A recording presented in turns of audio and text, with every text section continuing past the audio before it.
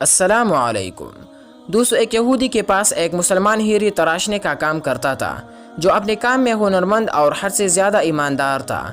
یہودی اس سونار کی کاریگری سے بے تحاشا نفع کمانے کے باوجود اسے مناسب معاوضہ ادا نہ کرتا تھا، جس کی وجہ سے وہ بمشکل اپنے گھر کا خرچہ پورا کرتا تھا۔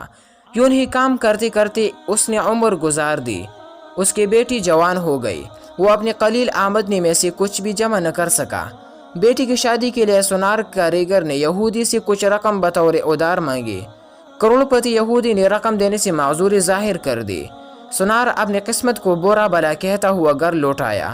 رقم ادار نہ ملنے پر بیوی نے سخت ناراضگی اور طعنوں کے تیر برسا کر الگ استقبال کیا۔ دوستو، پریشان حال بیچارہ ساری رات سوچتا رہا اب کیا ہو گیا۔ دوسرے دن وہ دکان پر کام کے لیے نہ گیا۔ بعد میں یہودی سونار کے بلانے پر جب وہ دکان پر پہنچا تو اس کے ہاتھ میں ایک پوٹلی تھی جو اس نے یہودی کے سامنے کھول کر رکھ دی۔ اس میں قیمتی ہیرا دیکھ کر یہودی سوالیہ نگاہوں سے کاریگر سونار کی طرف دیکھنے لگا۔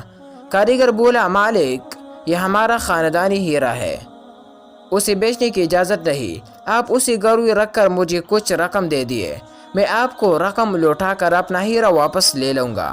یہودی راضی ہو گیا۔ مسلمان کاریگر نے قرضے کی رقم سے بیٹی کی شادی کر دی، پھر دن رات کام کر کے قرض کی رقم آہستہ آہستہ ادا کرنے لگ گیا۔ قرضے کی آخری قسط ادا کرنے کے بعد مسلمان کاریگر نے اپنی ہیرے کا مطالبہ کیا۔ یہودی نے وہ ہیرا لا کر اس کے سامنے رکھ دیا۔ ہیرا تراشنے والے کاریگر نے ہیرا لے کر پانی میں رکھ دیا۔ دیکھتے ہی دیکھتے ہیرا گل کر ختم ہو گیا۔ ہیرا تراشنے والے کاریگر نے کہا، مالک، یہ مصری کی ڈالی تھی جسے میں نے اپنے فن سے ہیرے کا اس طرح سے روپ دیا تھا کہ آپ جیسا سونار بھی دھوکہ کھا گیا۔ آپ نے میرے عاجزی اور درخواست پر قرضہ نہ دیا، جس کی وجہ سے مجھے یوں آپ سے رقم نکلوانی پڑی۔